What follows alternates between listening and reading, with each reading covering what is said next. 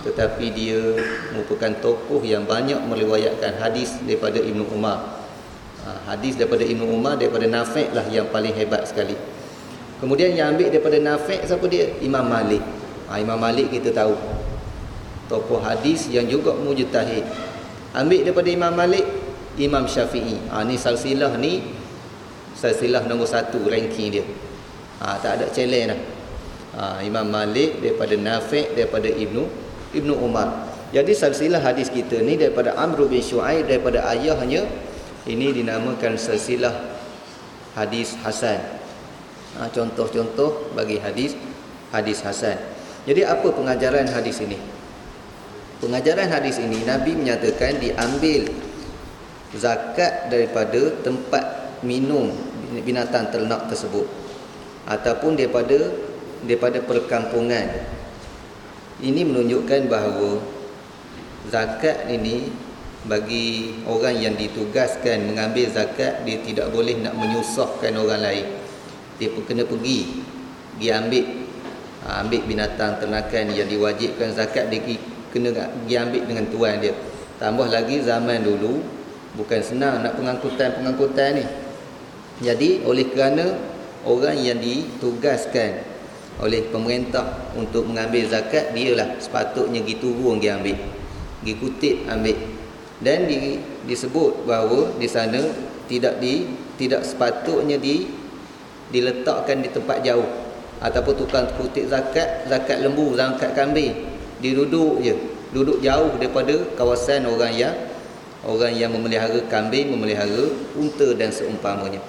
Jadi orang yang ditugaskan kutip zakat kambing atau kutip zakat unta, sepatutnya mereka berada bersama dengan mereka. Lantiklah orang kampung tu juga. Kalau kampung tu ramai orang yang pera unta, pera kambing, lantik di kalangan ahli kampung yang jadi amil sepatutnya. Janganlah lantik amil yang jauh, yang menyusahkan orang lain. Maksud hadis ni jangan menyusahkan salah satu pihak di antara, sama ada amil ataupun orang yang nak mengeluarkan zakat. Permudahkan urusan zakat. Dan daripada sini juga boleh kita ambil pengajaran juga, dengan kemudahan kita zaman yang moden ini, tak jadi salah kita mengeluarkan zakat dengan dalam bentuk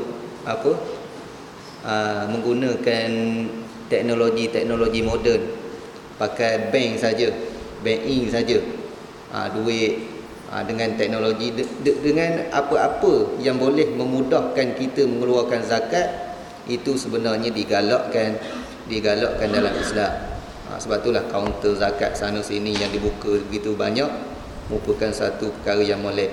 Tapi janganlah kutip zakat aja, banyaklah nak bagi payah. Hangit kadang-kadang nak bagi. Ada seorang hamba Allah tu duduk di Temeloh, minta zakat. Anak belajar jauh, minta zakat berulang alik ke pekan, berapa kali berulang alik, lah anak dapat zakat 500. Pergi berulang alik ke pekan, tambang gitu gini dengan makan minum, habis 500, dapat 500. Jadi padang pimai pergi mari tentu je. Kadang-kadang kita kutip mudah, nak bagi payah, tu tidak sepatutnya. Ni cerita-cerita dululah. Sekarang ni wallahu alam lah. Takut marah pula orang pusat zakat. Tapi orang pusat zakat kata kau mengutip je, kau yang bagi orang lain. Tu. Tapi di sini maknanya Nabi menggalakkan, memudahkan urusan kutipan zakat. Nak ambil tidak sama ada pihak yang mengutip tidak menyusahkan pemilik, dan begitulah juga pemilik tidak menyusahkan tukang kutip. Dia bawa lari jauh daripada tempat yang sepatutnya, itu pun tidak sepatutnya juga. Hadis yang seterusnya, wa an Abi Hurairah radhiyallahu anhu qala Rasulullah sallallahu alaihi wasallam, laisa 'alal muslimi fi 'abdihi wala fi farasihi sadaqah, rawahul Bukhari. Wali muslimin laisa fil 'abdi sadaqatun illa sadaqatul fitr. Abu Hurairah radhiyallahu anhu menyatakan bahawa Rasulullah sallallahu alaihi wasallam bersabda, seorang muslim tidak dibebani untuk membayar zakat hamba dan kudanya. Hadis riwayat Bukhari. Ditulis itu hadis riwayat Muslim. Dalam terjemahan sepatutnya hadis riwayat Bukhari. Menurut riwayat Muslim disebutkan seorang hamba tidak dibebani zakat kecuali hanya zakat fitrah.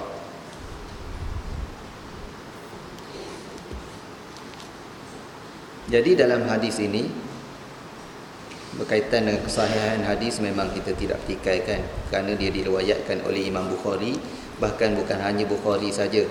Seluruh ashabus sunan juga meriwayatkan hadis ini.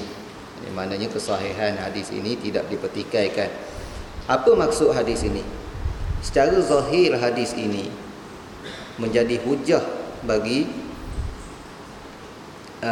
bagi para ulama tentang berkaitan dengan kuda. Cuma kuda yang macam mana yang tak kena zakat, yang tu ada perbahasan di kalangan ulama. Hadis ini kalau mengikut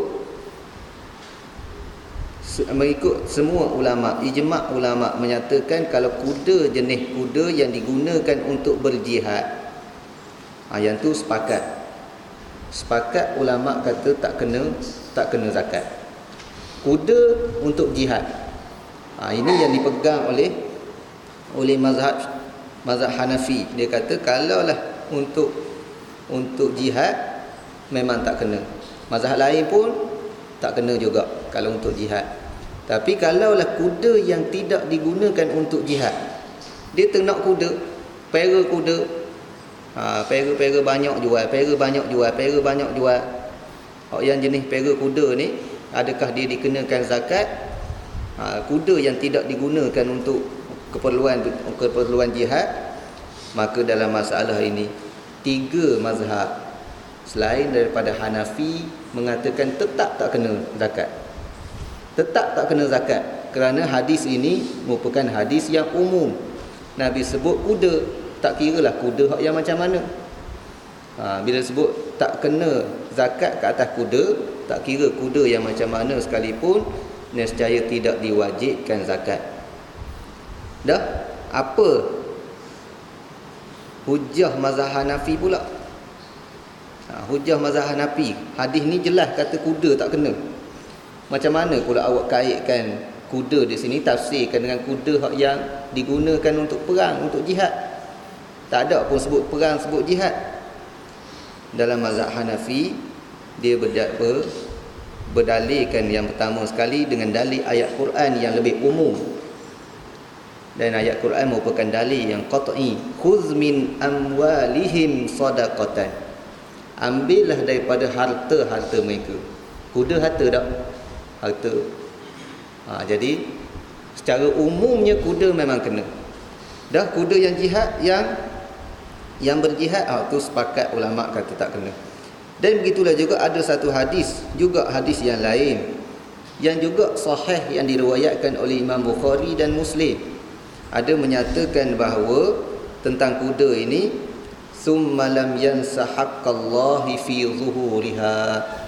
Orang yang pera kuda ni kemudian dia tidak melupakan tanggungjawab yang diwajibkan oleh Allah Ta'ala terhadap tubuh badan kuda. Jadi ulama Hanafi kata ada kewajipan tanggungjawab yang Allah Ta'ala wajibkan ke atas pemilik kuda. Bila sebut tanggungjawab tersebut, ada hak tersebut, tak ada perkara yang lain lah, dia kata mesti zakat. Jadi dalil daripada riwayat Bukhari dan Muslim juga yang digunakan oleh Imam Hanafi menyatakan bahawa wajibnya zakat bagi kuda. Walaupun tidak disebut secara jelas di situ zakat, tetapi bila sebut hak Allah Ta'ala, kewajipan yang diwajibkan oleh Allah Ta'ala terhadap tubuh badan kuda, maka difahami oleh mazhab Hanafi bahawa kuda yang tidak digunakan untuk perang diwajibkan juga zakat. Tapi bagi kita mazhab Syafi'i dan mazhab Syafi'i, Maliki dan Hanbali, dia berpegang kepada zahir ataupun umum hadis yang mengatakan kuda tidak dikenakan zakat. Laisa 'alal muslimi fi 'abdihi wala farasihi sadaqah. Selain daripada kuda, hamba, orang yang memiliki hamba banyak mana sekalipun tidak dikenakan zakat. Ini pengajaran daripada hadis ini. Cuma hamba ni dia kena zakat fitrah saja. Zakat fitrah diwajibkan ke atas tuan dia. Tidak diwajibkan ke atas hamba tu yang kena keluar zakat, tetapi tuan dia wajib mengeluarkan zakat fitrah bagi hamba.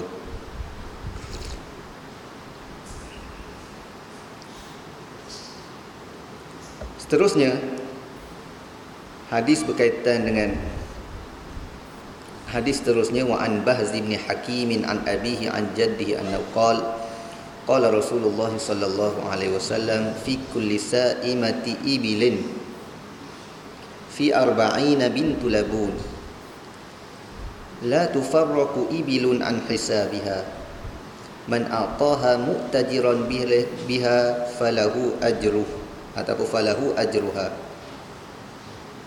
Ajruhu ke ajruha? Ajruha. Di kitab saya tulis falahu ajruh. Dia lebih baik falahu ajruha. Man a'taha falahu ajruha. Sebab dhamir itu kembali kepada ibil. Wa man mana'aha fa innaha akhidhuha wa syatra malih azmatun, keazmatan. Tan. Ada tun. Ada tulis tun tak? Tak ada betul. Sini boleh belaka. Azmatan pun betul, azbatun pun betul. Kalau azmatan, dia jadi khabar mubtada' mahzuf. Takdir dia azmatun, khabar mubtada' mahzuf. Zalika azmatun. Kalau azmatan jadi maf'ul mutlaq. Azima azmatan min azamati rabbina la yahillu li ali Muhammadin minha syai'. Rawahu Ahmad wa Abu Dawud wan Nasa'i wa sahhahahu al-Hakim wa 'allaqa asy-Syafi'i al-qawla bihi 'ala thubutihi.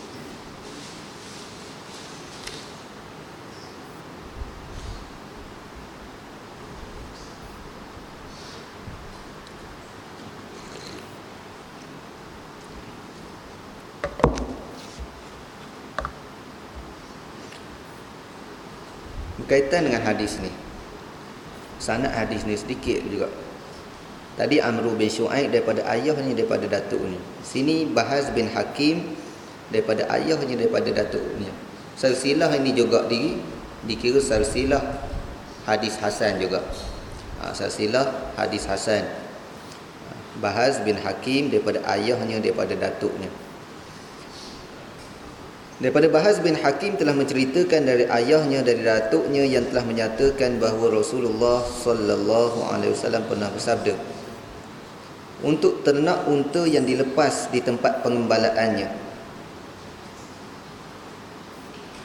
zakat setiap 40 ekornya adalah seekor unta betina berusia genap 20 tahun, 2 tahun memasuki tahun ketiganya. Dan sekumpulan ternak unta tidak boleh dipisah-pisahkan dari perhitungan zakatnya. Barang siapa yang menunaikan zakatnya dengan tulus, maka dia akan mendapatkan pahalanya. Dan barang siapa yang enggan membayarnya, kami akan mengambilnya dengan paksa berikut, iaitu beserta dengan sebahagian dari hartanya. Berikut itu maknanya beserta, sebagai suatu ketetapan yang pasti daripada Tuhan kami, Rabb kami. Namun harta zakat tidak halal sama sekali bagi keluarga Muhammad. Hadis riwayat Ahmad, Abu Dawud, Nasa'i, dinilai sahih oleh Hakim. Sedangkan Imam Syafi'i hanya memberi komen yang mengukuhkannya. Maknanya Imam Syafi'i menyatakan hadis ini hadis yang sabit. Tidaklah hadis, bila sebut hadis sabit, tidak semestinya sahih, sama ada sahih ataupun hasan. Jadi tidak diputuskan oleh Imam Syafi'i tentang kesahihan ataupun hasannya hadis ni. Jadi hadis ini pengajaran dia, yang pertama sekali ada satu kekeliruan. Dia sebut pada 40, pada bilangan unta 40, maka wajib dikeluarkan bintu labun, unta yang berusia 2 tahun. Kita baca bab nisab unta dulu. Berapa ekor unta kena keluar seekor bintu labun? 5 ekor unta kena keluar seekor unta, mampus orang tu unta. 5 ekor unta kena keluar seekor kambing. Hak kena keluar seekor unta, berapa bilangan dia?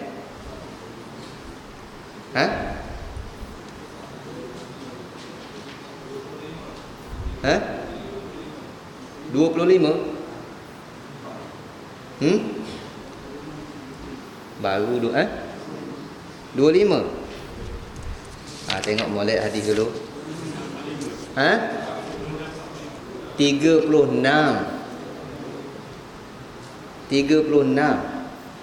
hingga 45. Jadi ke silap tabik.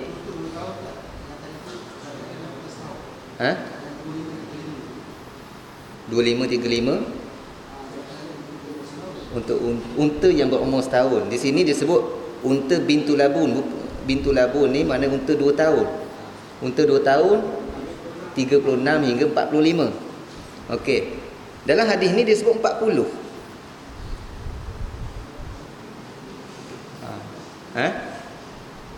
Disebut 40. Dulu hadis yang kita baca yang panjang tentang zakat dulu, tentang yang ditulis oleh Abu Bakar kepada Anas bin Malik dah.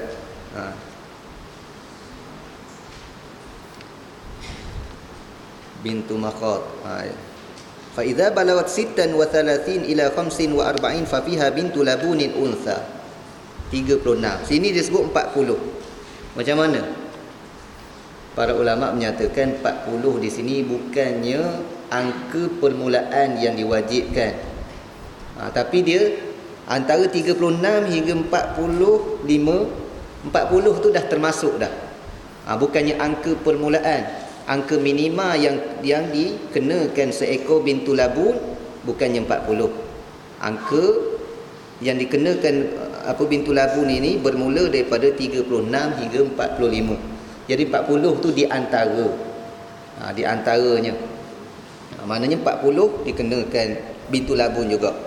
36 bintu labun juga. 45 bintu labun juga. Jadi disebut 40 di sini tidak semestinya 40. Maknanya termasuklah daripada 36 hingga 45. 40 di sini salah satu. Ini dikira di contoh. Dan dalam isu ni ada suatu perbahasan dalam usul fiqh berkaitan dengan mafhumul adat. Dalam perbahasan mafhumul mukhalafah. Mafhum mukhalafah dalam usul fiqh dia ada perbahasan mafhumul adat. Mafhumul adat ni bila disebut bilangan, adakah bilangan yang tidak disebut tu tidak termasuk? Yang tu ada perincian-perinciannya. Ada mafhum, ada adat yang disebut dalam Al-Quran, bilangan yang disebut dalam Al-Quran qat'i. Fajlidu kulla wahidin minhuma mi'ata jaldah. 100 sebat qat'i. 99 tak boleh, 101 tak boleh. Ada bilangan yang disebut dalam Al-Quran tetapi tidak menafikan bilangan-bilangan yang lain dalam Quran ke dalam hadis. Macam hadis ni, 40 ekor unta kena keluar seekor bintu labu. Dah 39 kena bintu labu juga. 36 bintu labu juga. 45 bintu labu juga. Jadi ini di antara masalah yang mafhumul adat dikira la mafhumalah ataupun tidak diterima dalam permasalahan mafhum mukhalafah bagi mafhumul adat di sini. Sebab itulah dalam masalah ni perincian dia kita boleh baca dalam kitab usul fiqh lah.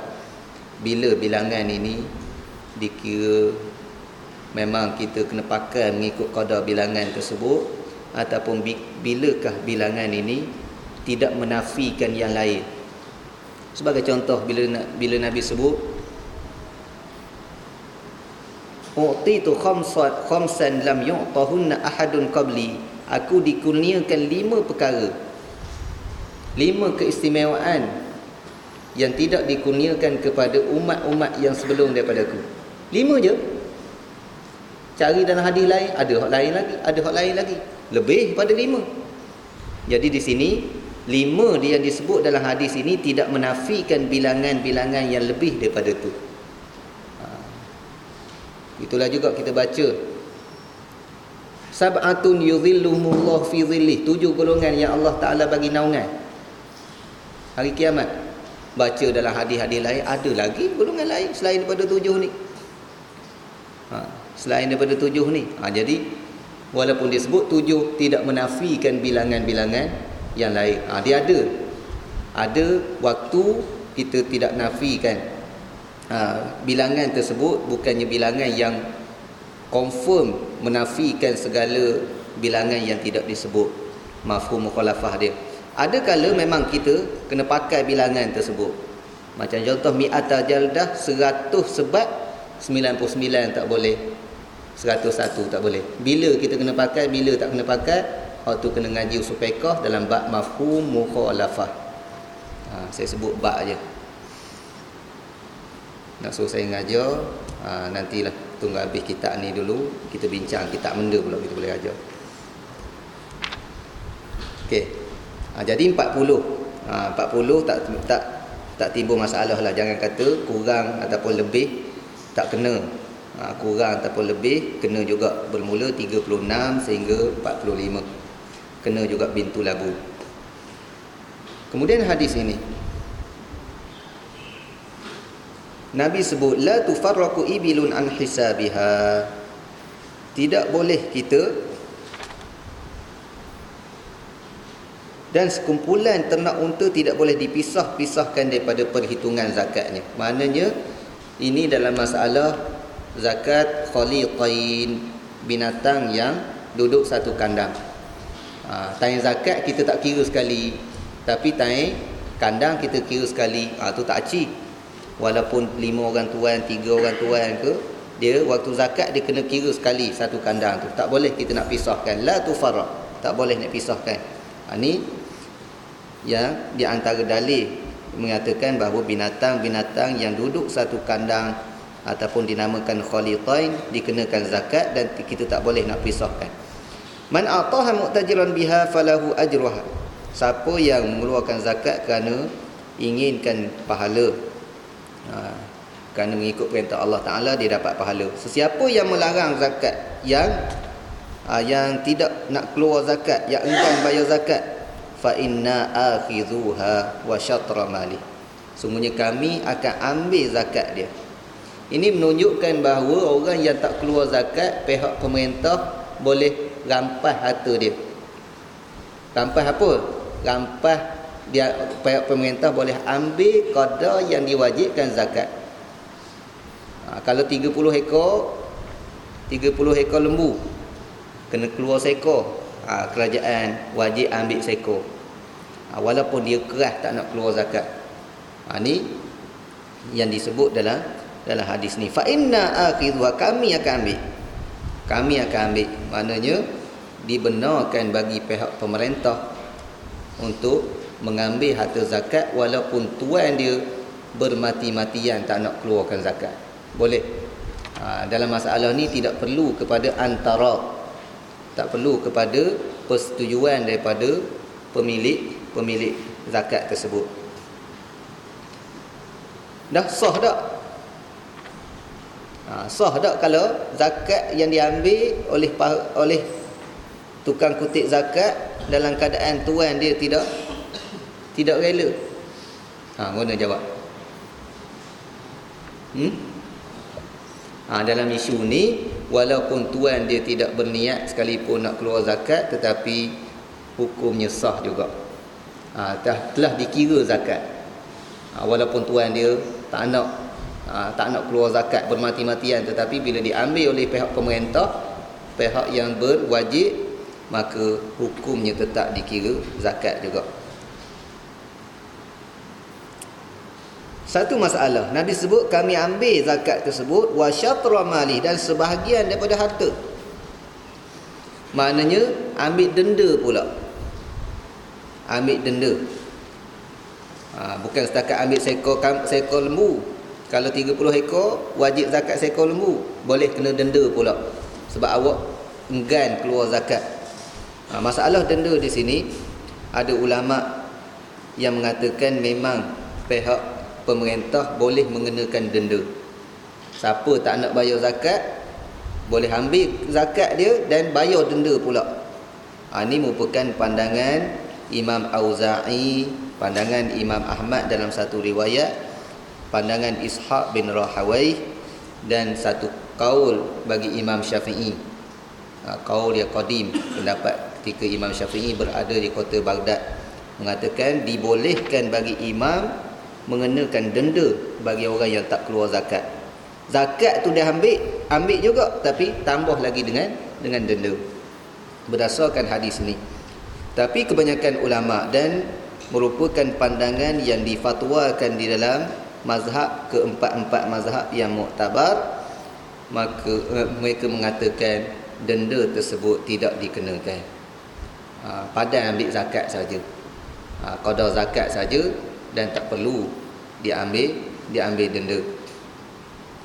Apa dia hujah mereka? Kerana sahabat-sahabat dulu yang mengutip zakat, ada juga orang gan keluar zakat, sahabat tidak ambil denda pun. Ni hujah keempat-empat mazhab yang menyatakan bahawa tidak boleh dikenakan denda orang yang tak nak bayar zakat. Dan hujah yang kuat lagi, kerana harta orang bukan senang kita nak ambil. Nak ambil harta orang ni, mestilah kita ada suatu alasan, suatu hujah yang kukuh. Kalau hujah yang tak kukuh, walaupun di sini Nabi dah sebut tapi sahabat tak buat, ini seolah-olah menunjukkan amalan ini telah dinasahkan hukumnya. Hukumnya telah dinasahkan. Berkaitan dengan zakat juga, kalaulah seseorang tersebut tak keluar zakat, kita tahu dah tadi, pihak pemerintah boleh ambil harta yang diwajibkan zakat tersebut.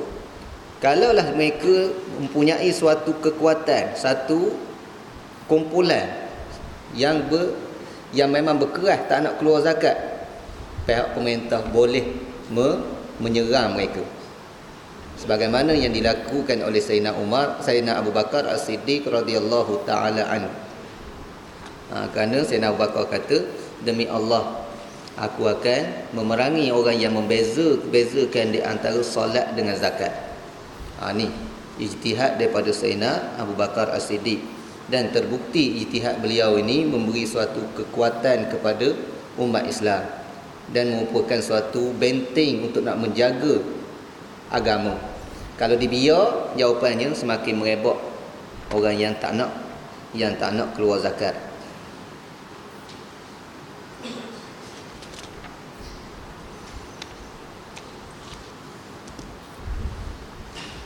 Hadis yang seterusnya,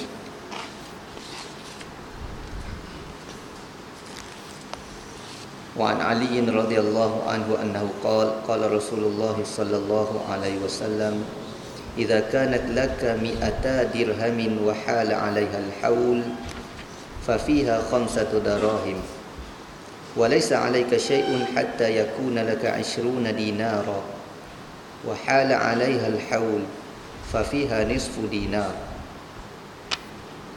fama zada fa bihisabi dhalik wa laysa fi malin zakatun hatta yahula 'alaihi al-haul. Rawahu Abu Dawud wa huwa hasan wa qad ikhtulifa fi raf'i. Daripada Sayyidina Ali radhiyallahu anhu telah menyatakan bahawa Rasulullah sallallahu alaihi wasallam pernah bersabda, apabila kamu punya mata wang perak sebanyak 200 dirham dan telah genap masa 1 tahun dalam kepemilikanmu, maka zakatnya ialah 5 dirham. Dan kamu tidak dikenakan zakat sebelum punya mata wang emas 20 dinar dan telah genap masa 1 tahun dalam kepemilikanmu, maka zakatnya ialah setengah dirham. Sekiranya maka setengah dirham, setengah dinar.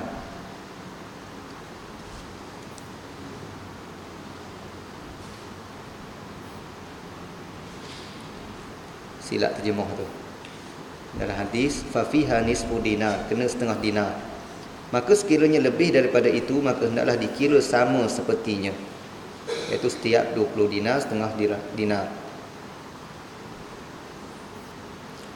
Namun harta tidak wajib dizakatkan sebelum berlalu masa genap 1 tahun dalam kepemilikanmu. Hadis riwayat Abu Daud, dan dia merupakan hadis hasan, namun darjat marfu'nya masih diperselisihkan oleh mereka, iaitu ulama ada khilaf tentang kedudukan hadis ni, sama ada hadis marfu' ataupun hadis mauquf. Apa beza hadis marfu' dan mauquf? Wa ma udhifa lin-nabil marfu'u, apa-apa yang disandarkan kepada Nabi dinamakan hadis marfu'. Wa ma litabi'in wal mauquf wal maqtu', yang disandarkan kepada tabi'i dinamakan hadis maqtu'. Yang disandarkan kepada sahabat dinamakan hadis mauquf. Jadi di sini hadis ini bila dinyatakan khilaf di kalangan ulama tentang rafu'-nya, sama ada dia marfu' ataupun mauquf.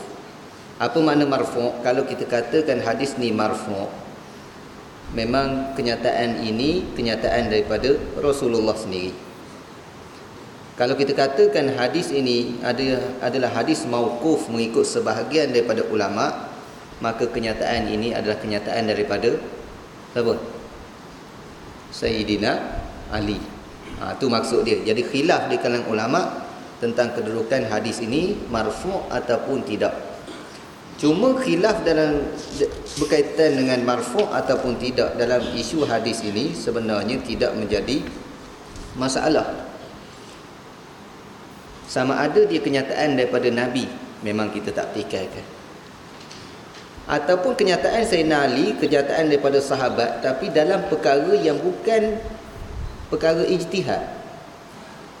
Qada ni, zakat ni ibadat.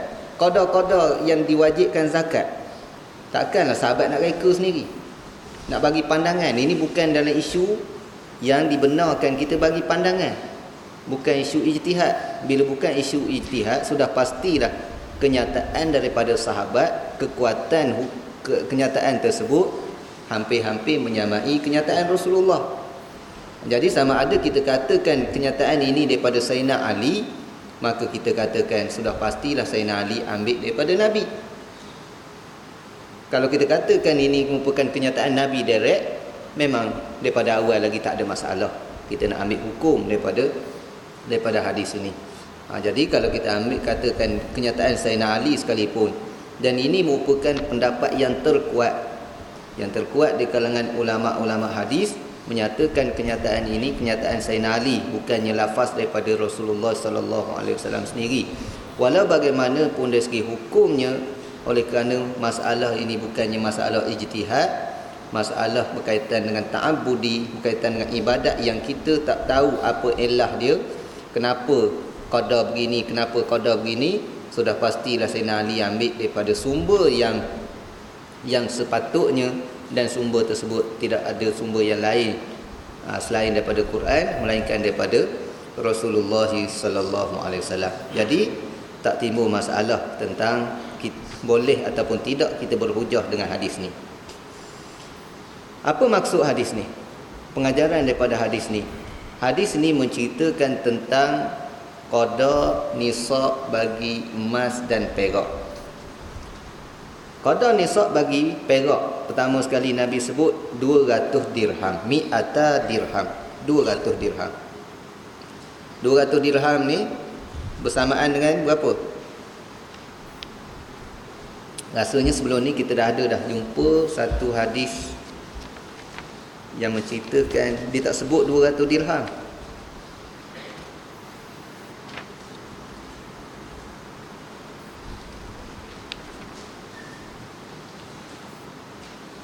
Kita tak jumpa lagi hadis.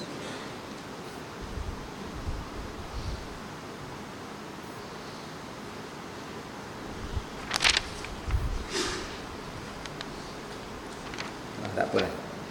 20 dirham bersamaan dengan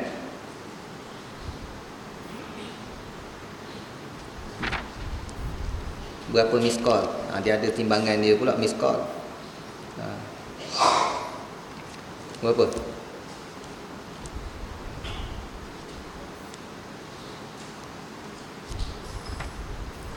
Ataupun timbangan berkaitan dengan dirham ni dipanggil uqiyah. 5 uqiyah. Ni semua jenis timbangan-timbangan yang orang tak pakai belaka dah. Timbangan Arab lama. Timbangan Arab sekarang ni pun pakai kilo dengan gram juga. Timbangan Arab lama. Dirham, uqiyah dan dinar, miskol. Ni semua timbangan-timbangan lama belaka. Jadi timbangan ini 200 dirham. 200 dirham ini untuk nak menilai dengan gram sekarang ni, dengan berat sekarang ni, para ulama ada khilaf di kalangan ulama. Kerana memanglah kalau kita gram sekarang ni kita boleh katakan tepat angka dia. Tapi timbangan orang dulu dia lebih kepada apa? Takriban. Maknanya lebih kurang je. Kalau kita macam contohnya duit kita kan, duit 20 sen dengan 20 sen yang ada pada kawan kita serupa sebiji, berat dia timbang sama, acuan sama.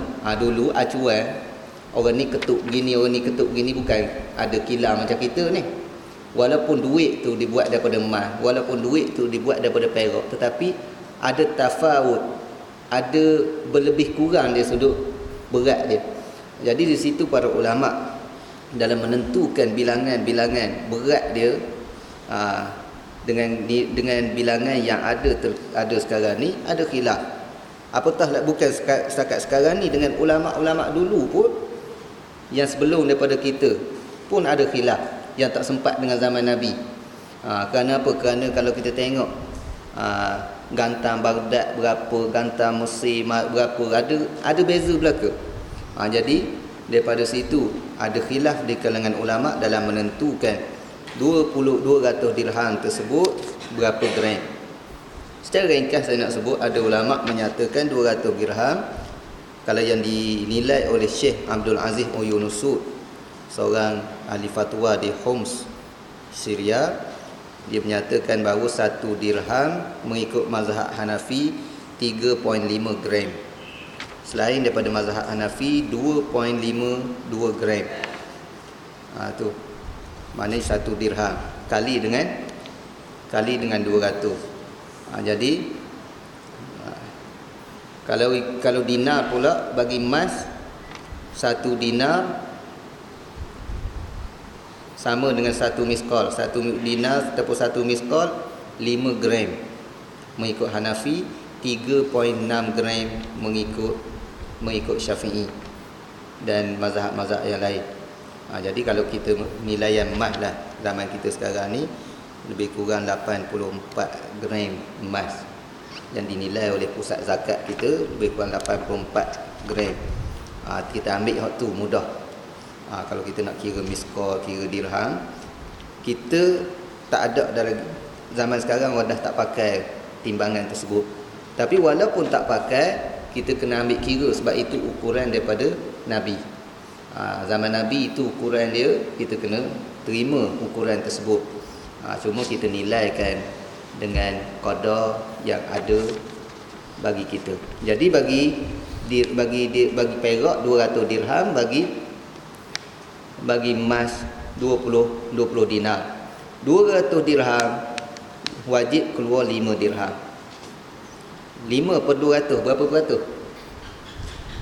Cikgu, daripada 5 daripada 200, jadi 2.5%. Samalah juga dengan dinar. Setengah daripada 20, setengah daripada 20 juga 2.5. Jadi keluar zakat dia 2.5. Lebih daripada qadar tersebut, nilailah 2.5. 2.5 ataupun 1/40. Itu qadar zakat. Dan dalam hadis ini juga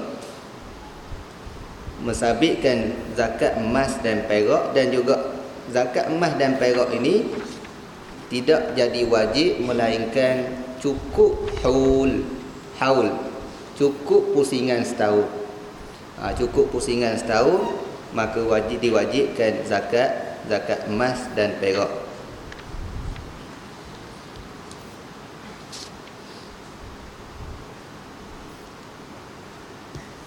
Ini pendapat yang dipegang oleh 4 mazhab. Maknanya mesti cukup setahun. Ada juga mazhab yang lain, mazhab di luar daripada mazhab 4, mazhab Zahiri menyatakan tak perlu ada haul. Padahal ada emas cukup banyak tu kena keluar zakat selalu. Yang ni pendapat yang terkeluar daripada mazhab 4.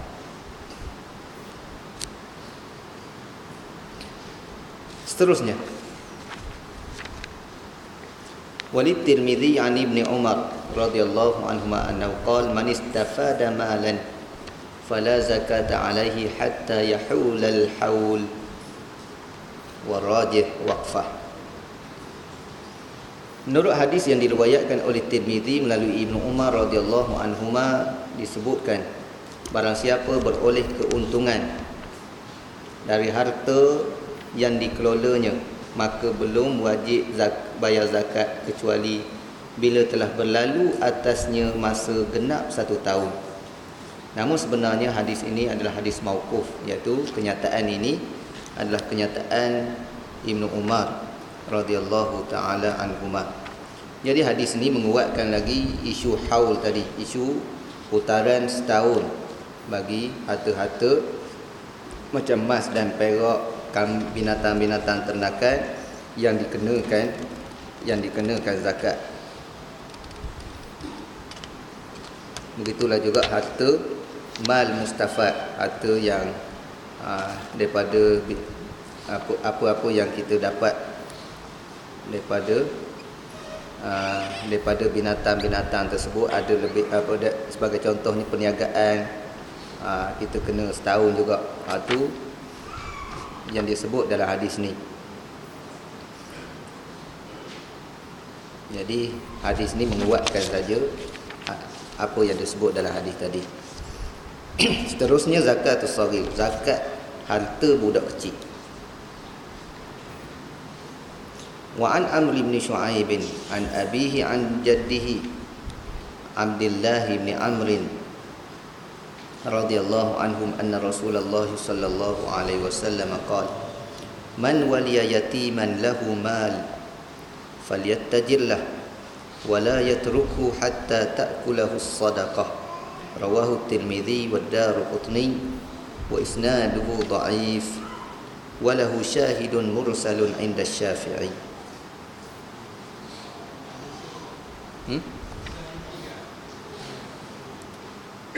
Ada tinggal satu. Wa an Aliin radhiyallahu anhu qala laisa fil baqaril awamil sadaqah. Rawahu Abu Dawud wa Daraqutni wa rajihu waqfuhu aidan. Daripada Sayyidina Ali radhiyallahu anhu menyatakan bahawa Rasulullah sallallahu alaihi wasallam bersabda, lembu yang digunakan untuk bekerja tidak diwajibkan zakat. Hadis riwayat Abu Daud dan Daraqutni, namun sebenarnya hadis ini mauquf, iaitu kenyataan ini adalah kenyataan daripada Sayyidina Ali karramallahu wajhah. Jadi daripada hadis ini, walaupun kenyataan ini kenyataan daripada Sayyidina Ali, sebagaimana yang kita tahu, kenyataan ini tidaklah merupakan suatu perkara yang ijtihad, tapi perkara yang ibadat, yang diambil daripada Rasulullah sallallahu alaihi wasallam. Sebab itulah dijadikan hujah oleh kebanyakan ulama kenyataan Sayyidina Ali ini. Apatah lagi Sayyidina Ali termasuk daripada khulafa ar-rasyidin. Alaikum bisunnati wa sunnatil khulafa ar-rasyidin. Nabi suruh kita ambil sunnah yang dibawa oleh khulafa ar-rasyidin. Jadi daripada hadis ini menunjukkan binatang yang kita gunakan untuk keperluan kita. Disebut awamil di sini sebagai contoh. Contohnya binatang yang kita guna untuk bekerja. Lembu ataupun kebab kita gunakan untuk membajak tanah. Hak tu tak termasuk daripada bilangan 30. Kita ada kebab 40 hektar, ada kebab 27 29 ekor. Seekor kita buat untuk bajak tanah. Yang tu tak kira. Tak termasuk dalam bilangan yang dikenakan zakat. Kerana dikira macam alat sahaja. Macam alat kalau kita kereta. Beza di antara kereta, kita meniaga kereta dengan kereta yang kita gunakan hari-harian. Tu hak meniaga kereta kena zakat perniagaan. Tapi kereta hak kita guna hari-harian, tu tidak dikenakan zakat.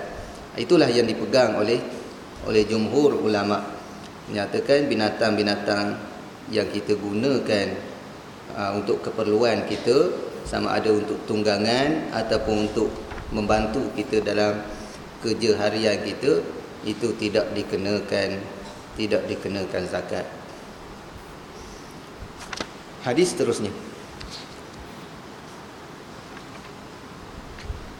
Wa an Amr bin Shu'aib radhiyallahu an abihi an jaddihi Abdullah bin Amr radhiyallahu anhum anna Rasulullah sallallahu alaihi wasallam qala man waliya yatiman lahu malun falyattajir lah wa la yatrukhu hatta ta'kulahu as-sadaqah. Rawahu at-Tirmidzi wa ad-Darqutni wa isnaduhu dha'if wa lahu syahidun mursalun 'inda Asy-Syafi'i.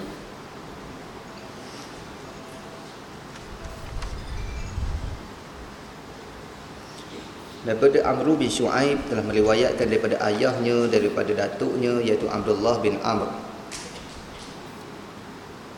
radhiyallahu anhum, bahawa Rasulullah sallallahu alaihi wasallam pernah bersabda, barang siapa memegang hak perwalian anak yatim, iaitu menguruskan harta anak yatim yang berharta, hendaklah dia kembangkan harta anak yatimnya, dan jangan dibiarkan begitu saja agar tidak berkurang kerana dimakan zakat.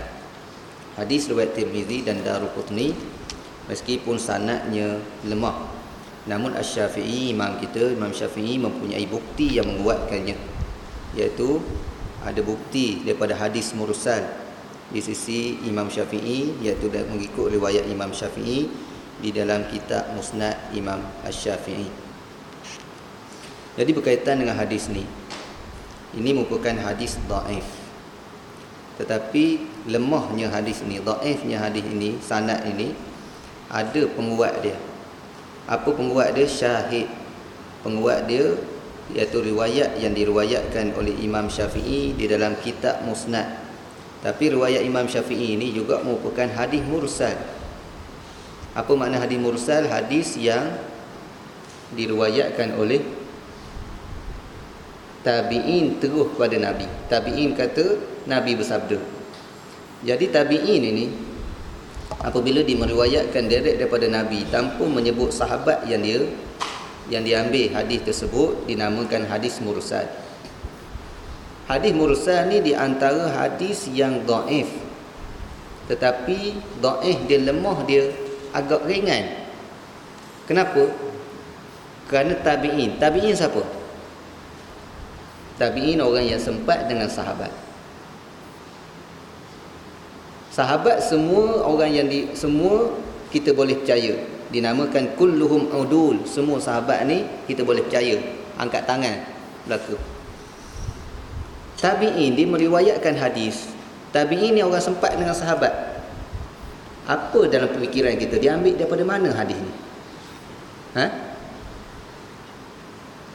Dia ambil daripada kemungkinan besar tabi'in dia ambil hadis daripada sahabat. Kalau tabi'in ambil hadis daripada sahabat, memang hadis sahih. Tetapi ulama hadis cermat dia. Ada kemungkinan tak tabi'in ini dia ambil daripada tabi'in lain yang lain? Ada. Kita sezaman, walaupun kita sempat dengan ayah-ayah kita, mungkin saya ambil berita daripada Ustaz Fadli. Kalau saya ambil daripada ayah Ngah, ayah dia daripada satu generasi kepada satu generasi. Tapi mungkin juga saya ambil berita daripada Ustaz Fadli sezaman. Jadi tabi'in, walaupun kebiasaannya tabi'in ambil hadis daripada sahabat, tetapi ada kemungkinan tabi'in ambil hadis sesama tabi'in. Bila sesama tabi'in tidak semua adil. Ada di kalangan tabi'in yang dikategorikan sebagai tidak siqah, tidak boleh dipercayai. Jadi kemungkinan itulah yang menyebabkan hadis ni turun kedudukan daripada sahih jadi dhaif. Tapi dhaif dia lemah. Kemungkinan tersebut adalah kemungkinan yang minimal. Mana lemah yang sikit hadis mursal ni. Sebab itulah ulama-ulama usul fiqh dibincang khusus berkaitan dengan hadis mursal ni. Adakah dia sahih, adakah dia boleh dijadikan hujah ataupun tidak. Bahkan Imam Syafi'i sendiri dalam kitab Risalah dia, satu kitab yang membicarakan tentang usul fiqh, dia ada bincang tentang hadis mursal ini. Adakah boleh dijadikan hujah ataupun tidak? Apakah perbezaan di antara mursal Sa'id bin Musayyab dengan mursal tabi'in yang lain, mursal Hasan Basri dengan mursal tabi'in yang lain? Dia ada kategori pula. Mursal orang ni lain kedudukan dia, mursal orang ni lain kedudukan dia. Jadi secara ringkasnya, hadis mursal ni adalah hadis yang dhaif kerana kita boleh andaikan ada kemungkinan tabi'in tersebut meriwayatkan daripada tabi'in juga sesama tabi'in, dan tabi'in yang diriwayatkan hadis tersebut bukan merupakan seorang yang siqah. Ada kemungkinan. Kita tengok tabi'in biasanya riwayat pada sahabat, kita terima. Tabi'in ada kemungkinan diriwayat sesama tabi'in. Di sesama tabi'in tu ada yang siqah, ada yang tak siqah.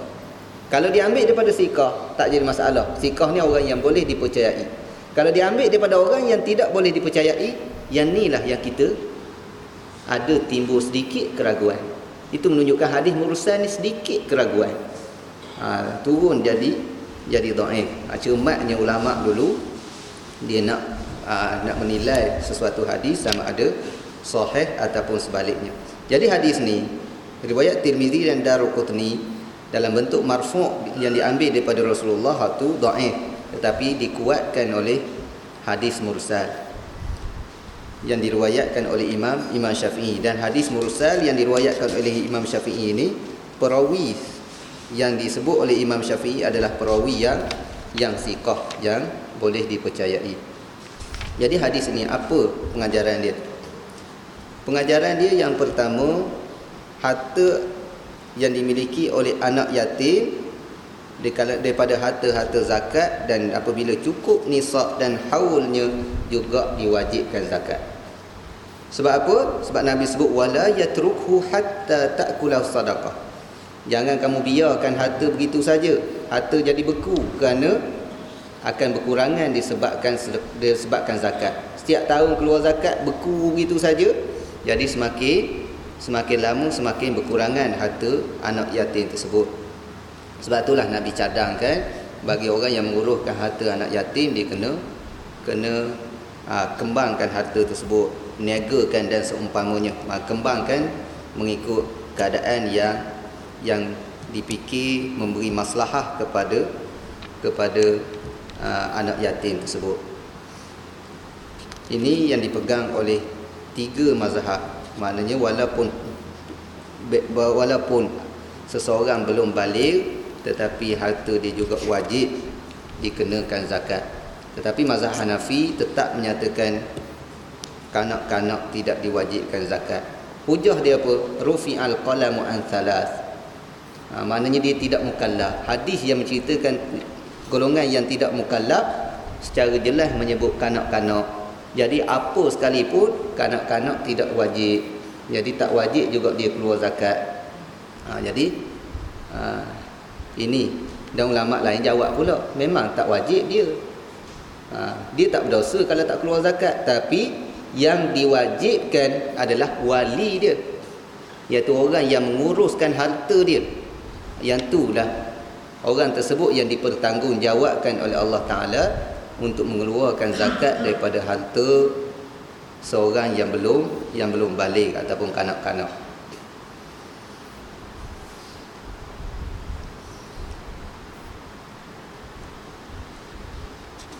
Kemudian kita ambil dua hadis lagi.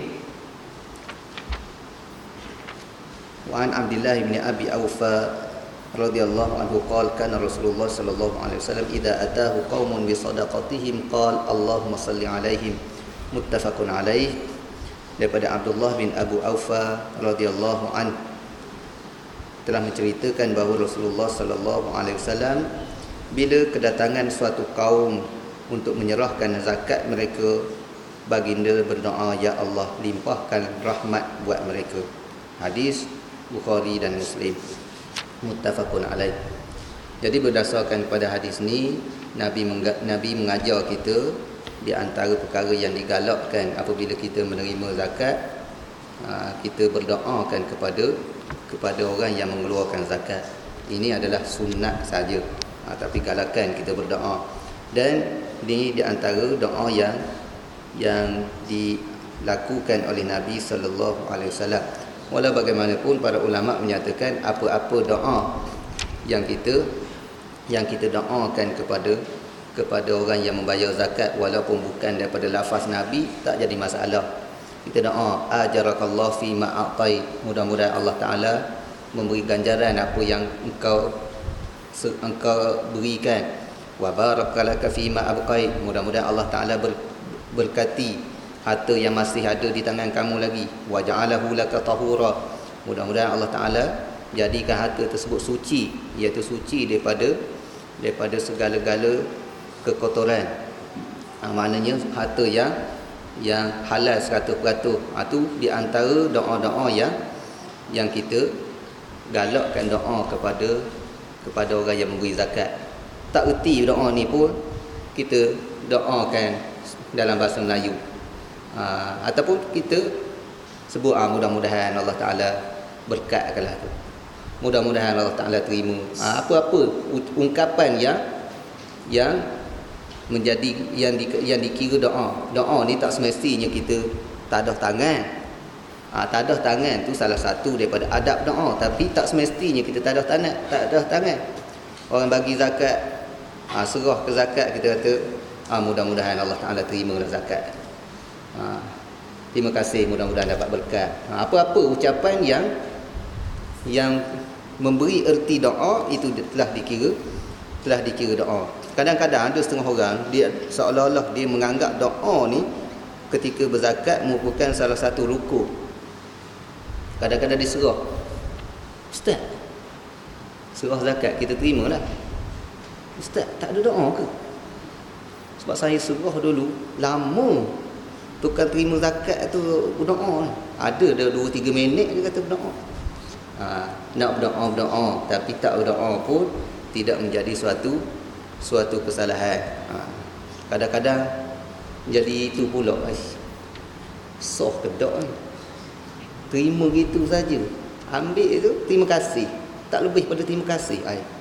Dulu siap dengan pegang tangan, siap dengan apa tu. Sebenarnya zakat bagi pihak yang menerima zakat, dia tidak wajib qabul.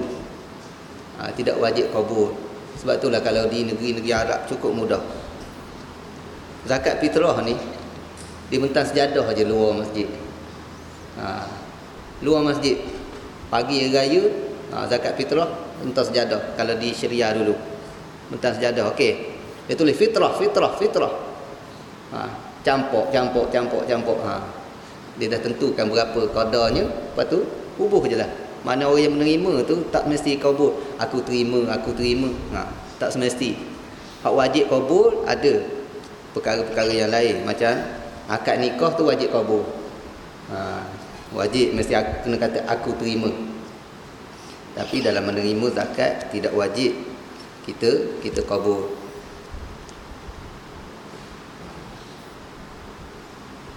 Hadis yang seterusnya, wa an Ali radhiyallahu anhu anna al-Abbas radhiyallahu anhu sa'ala an-nabiy sallallahu alaihi wasallam fi ta'jil sadaqatihi qabla an tahil farakhasa lahu fi dhalik, rawahu at-Tirmidzi wal Hakim. Daripada Sayyidina Ali radhiyallahu anhu menceritakan bahawa Al-Abbas radhiyallahu anhu pernah meminta izin kepada Nabi sallallahu alaihi wasallam agar dibolehkan membayar zakatnya terlebih dahulu sebelum tiba waktunya. Maka baginda sallallahu alaihi wasallam mengizinkannya. Ini masalah ta'jiluz zakah. Masalah kita mengeluarkan zakat sebelum cukup haul, sebelum cukup tempohnya. Daripada sini jelas sekali kepada kita Nabi sallallahu alaihi wasallam membenarkan kita keluar zakat awal. Zakat kita sebagai contohnya cukup setahun bulan Syawal. Kita nak keluar zakat bulan Ramadan kerana kita nak ambil fadilat Ramadan ni besar pahala. Kita keluar awal bulan Ramadan. Kita dah kira dah. Zakat-zakat kita kira awal, sebulan lebih awal. Itu tidak jadi masalah. Tidak jadi masalah kita keluar zakat lebih awal.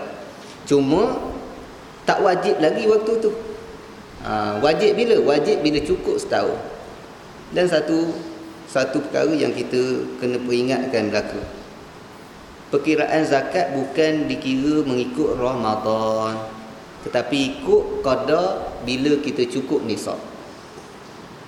Simpanan duit, nisab zakat, nisab bagi simpanan kita nilaikan mengikut qadar emas. Emas berapa nilai dia? 84 gram. 84 gram berapa ribu? Cukup nilai tersebut mula tarikh tu sehingga cukup setahun. Tak kira bulan Zulqa'dah, Zulhijjah, Muharram, Safar ke, mula tarikh tu sehingga pusing setahun, maka cukup haul. Jangan kira Ramadan. Tak semestinya Ramadan, tapi kita nak awalkan zakat kita 2 bulan lagi, tak sampai masa kita nak bayar bulan Ramadan. Itu tidak jadi masalah. Ini mengikut pendapat jumhur ulama mazhab Hanafi, Syafi'i dan Hambali. Berdasarkan hadis ini mereka mengatakan dibenarkan kita mengawalkan zakat walaupun belum haul lagi. Tapi dalam mazhab Malik tetap mempertahankan tidak dibenarkan lagi, tak sah. Kerana apa? Kerana waktu wajib cukup haul baru wajib. Jadi selagi tak wajib tak sah. Dia anggap macam semayang juga. Tak masuk waktu, tak sah kita semayang. Usah nak buat rajin lah. Tapi dalam bab semayang tak ada khilaf. Jangan pula kita kata ada khilaf dalam bab semayang, boleh kita semayang awal waktu. Yang ada khilaf dalam bab masalah kita nak mengawalkan zakat. Walaupun tak cukup setahun, kita nak keluar lebih awal. Jadi cukup setakat tu pada malam ini pembacaan kitab Bulughul Maram kita. InsyaAllah satu isu yang hangat diperkatakan. Saya pada peringkat awalnya saya nak jawab juga, tapi saya rasa perkara ni perlu pada penelitian, perlu pada kajian, perlu pada kita lebih cermat sebelum kita mengeluarkan sesuatu kenyataan. Kerana saya tengok isu ni banyak sangat orang yang tidak cermat. Isu berkaitan dengan hadis-hadis dalam kitab Ihya Ulumuddin Imam Al-Ghazali. Isu berkaitan dengan hadis di dalam kitab Ihya Ulumuddin Imam Ghazali. Isu ni sebenarnya bukan isu baru, tetapi isu yang dah selesai lama. Cuma baru diperhidupkan semula isu ni di dalam masyarakat kita apabila seorang profesor di UKM dia buat kajian tentang hadis-hadis palsu yang menjadi amalan oleh masyarakat Malaysia. Di antara topik yang dibincangkan berkaitan dengan kitab Ihya Ulumuddin Imam Al-Ghazali. Maka timbullah daripada situ suatu kecoh lah sikit. Bila timbul kecoh, saya tengok bermacam-macam kenyataan. Ada yang melampau mempertahankan Imam Ghazali, ada yang agak keterlaluan melampau juga di dalam mengkritik Imam Ghazali, dan sedikit saja penulis-penulis yang betul-betul saya tengok yang betul-betul menilai mengikut penilaian ilmiah sebenarnya. Jadi sebagai mukadimah, suka saya terang sedikit siapa dia Imam Ghazali. Imam Ghazali ini Dr. Yusuf Al-Qaradawi hafizahullah ta'ala, dia ada satu kitab 200 lebih muka surat. Alhamdulillah saya habis baca dalam tempoh satu hari. Kerana isu ni hangat, kita kena baca lah juga. Tapi dia tak fokus 100% pada isu hadis. Isu hadis beberapa muka surat sahaja. Satu kitab yang dinamakan Al-Imam Al-Ghazali Baina Madihihi wa Qadihi wa Naqidih. Imam Ghazali di antara orang yang memuji beliau dan pengkritik beliau.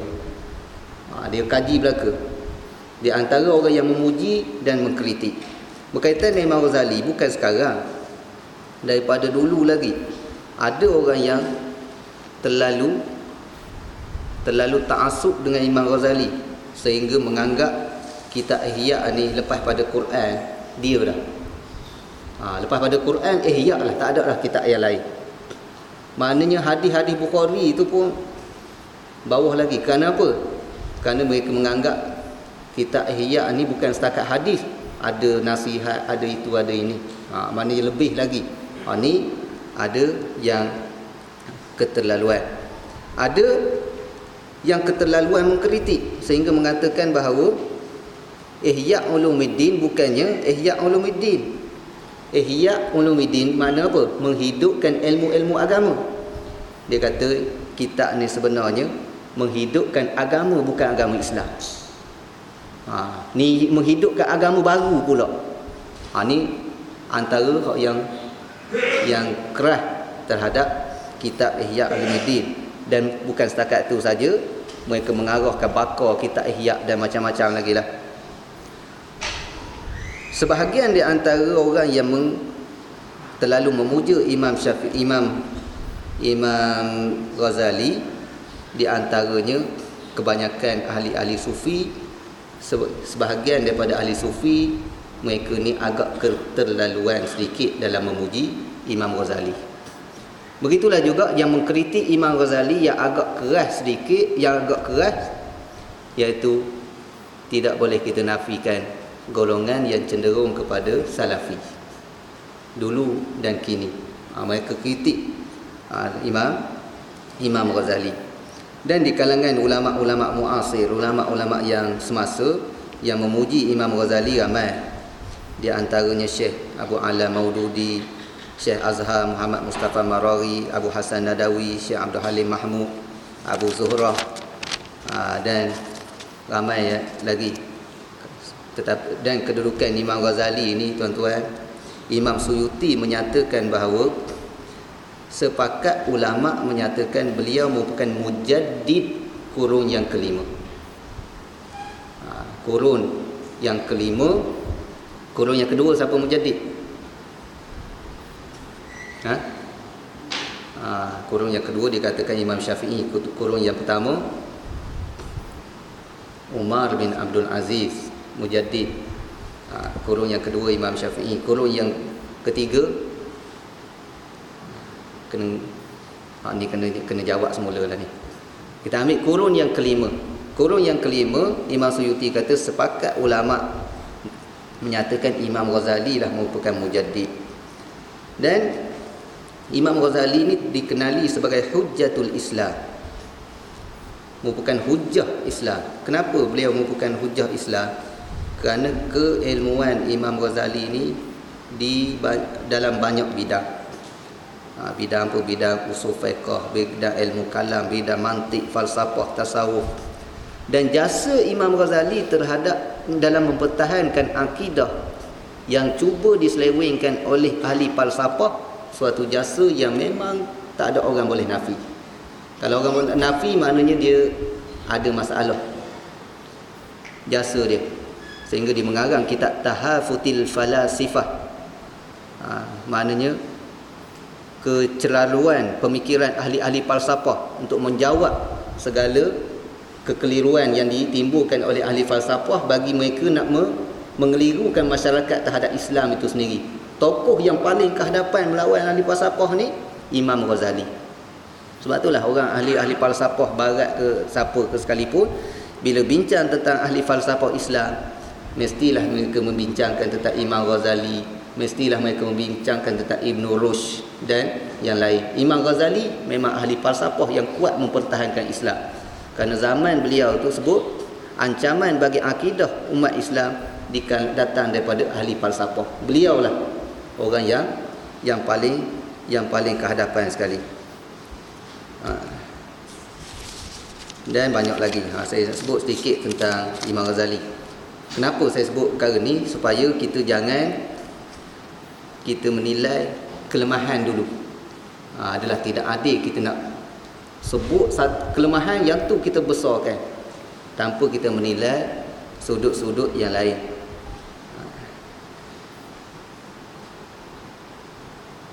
Selain daripada tu juga, saya nak sebut Imam Ghazali juga di antara tokoh yang lantang berhadapan dengan pemerintah. Yang ni jarang orang bincang. Banyak orang bincang tentang Imam Ghazali tentang tasawuf. Banyak orang bincang tentang Imam Ghazali tentang sudut-sudut kesufian. Banyak orang bincang tentang Imam Ghazali tentang sudut-sudut fiqh dia. Tapi sudut kelantangan dia menyatakan kebenaran di hadapan pemerintah. Yang ni jarang. Kerana apa? Kerana kadang-kadang kita bimbang musuh-musuh Islam cuba tutup ruang tersebut. Seolah-olah ahli sufi, biarlah awak sufi berzikir, beratik pagi petang siang malam. Bab kerajaan lantau awak lah. Tapi sufi Imam Ghazali berani lawan kerajaan. Berani bercakap benar dengan kerajaan. Ni sufi hak yang sungguh lah. Ulama-ulama dulu banyak juga yang mengkritik Imam Ghazali. Imam Ghazali di antara sebab kritikan beliau antaranya disebabkan hadis-hadis daripada kitab Ihya. Siapa dia di antara pengkritik beliau? Iaitu di antaranya Ibnul Jauzi. Ibnul Jauzi mengkritik beliau. Di antaranya kitab Ihya yang beliau kritik. Ibnul Jauzi ini kritik Imam Ghazali kerana banyaknya hadis-hadis palsu. Dan Ibnul Jauzi sehingga dikarang satu kitab yang lain, dia buat ringkasan pada Ihya, dinamakan Minhajul Qasidin, Mukhtasar Minhajul Qasidin, ringkasan pada Ihya Imam Ghazali. Tetapi tuan-tuan, ni menunjukkan Allah Ta'ala tak menjadikan kesempurnaan tersebut pada manusia. Kesempurnaan hanya milik Allah Ta'ala. Ibnu Jauzi yang kata Imam Ghazali banyak masukkan hadis palsu dalam kitab Ihya, dia cuba buat ringkasan dengan meninggalkan hadis palsu. Sebenarnya dia juga memasukkan juga hadis palsu dalam kitab dia. Ni orang yang mengkritik Imam Ghazali kata ada hadis palsu, dia juga tak terlepas daripada hadis palsu tersebut. Ini menunjukkan kesempurnaan hanya milik Allah Subhanahu Wa Taala. Antara yang mengkritik Imam Ghazali, Ibn Taymiyah. Imam Ibn Taymiyah mengkritik Imam Ghazali.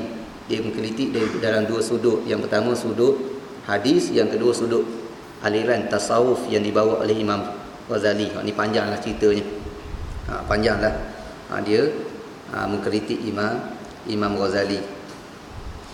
Tuan-tuan, berkaitan dengan kehidupan Imam Ghazali, kita kena tahu Imam Ghazali ini dia duduk dalam bi'ah, dalam suasana ulama-ulama ataupun madrasah zaman tersebut, madrasah yang membincangkan tentang fiqh dan madrasah yang membincangkan tentang ilmu kalam. Daripada madrasah yang daripada Imam Juwaini, Imamul Haramain. Imam Haramain terkenal lah faqih dalam mazhab Syafi'i, tokoh usul fiqh dan juga tokoh ilmu kalam. Banyak berlawan dengan ahli falsafah juga. Jadi sudah tentulah dia duduk dalam bi'ah, dalam suasana yang demikian, fokus dia lebih ke situ. Zaman tu bukan macam zaman kita. Kitab berlambak, maktabah syamilah boleh duduk dalam iPad, boleh duduk dalam handphone yang sebesar tapak tangan je. Boleh kita nak buat semakan. Tetapi zaman yang susah nak mendapatkan kitab, ulama-ulama sudah pastilah dia terpengaruh dengan ilmu yang banyak di tempat dia. Fokus ilmu di tempat dia. Apa dia? Fokus kepada ilmu kalam, fokus kepada fiqh, fokus kepada usul fiqh. Yang ni yang membentuk kemantapan ilmu dia. Berkaitan dengan hadis, tuan-tuan, kita perlu tahu juga sejarah berkaitan dengan hadis. Pengembangan ilmu hadis dia agak kemudian daripada ilmu fiqh. Secara madrasah, secara institusi betul pengajian hadis ni bermula pada kurun yang ke-6 Hijrah. Berbanding dengan institusi fiqh bermula lebih awal lagi. Kita baca tarikh tasyri', sejarah ilmu fiqh, kita dapati di awal lagi Imam Malik telah mengadakan satu Imam Malik dah buatlah satu dinamakan Madrasah Madinah ataupun Madrasah Ahli Hijaz, mana satu institusi pengajian fiqh yang cukup hebat. Imam Abu Hanifah terkenal dengan Madrasah Kufah, mana membina satu institusi pengajian fiqh yang begitu hebat. Tetapi hadis secara institusi sungguh pada kurun yang ke-6 Hijrah. Imam Ghazali kurun ke berapa? Kurun yang ke-5. Jadi suasana begitu sedikit sebanyak menyebabkan ada kelemahan-kelemahan yang pada Imam Ghazali. Dan dikatakan Imam Ghazali ni pada akhir hayat dia memberi tumpuan kepada fiqh, kepada hadis. Dan dia ketika beliau wafat, beliau masih belajar Bukhari dan Muslim. Ini sedikit berkaitan dengan kedudukan Imam Ghazali. Kita sebelum kita nak kritik, sebelum kita nak itu, kita kena kenal dulu. Kerana apa saya sebut sini? Kerana kalau kita kritik dulu, saya tengok ramai orang yang memperlekehkan Imam Ghazali. Imam Ghazali bab hadis pun tak tahu. Hadis palsu boleh masuk dalam tu. Kadang-kadang kita rasa, aku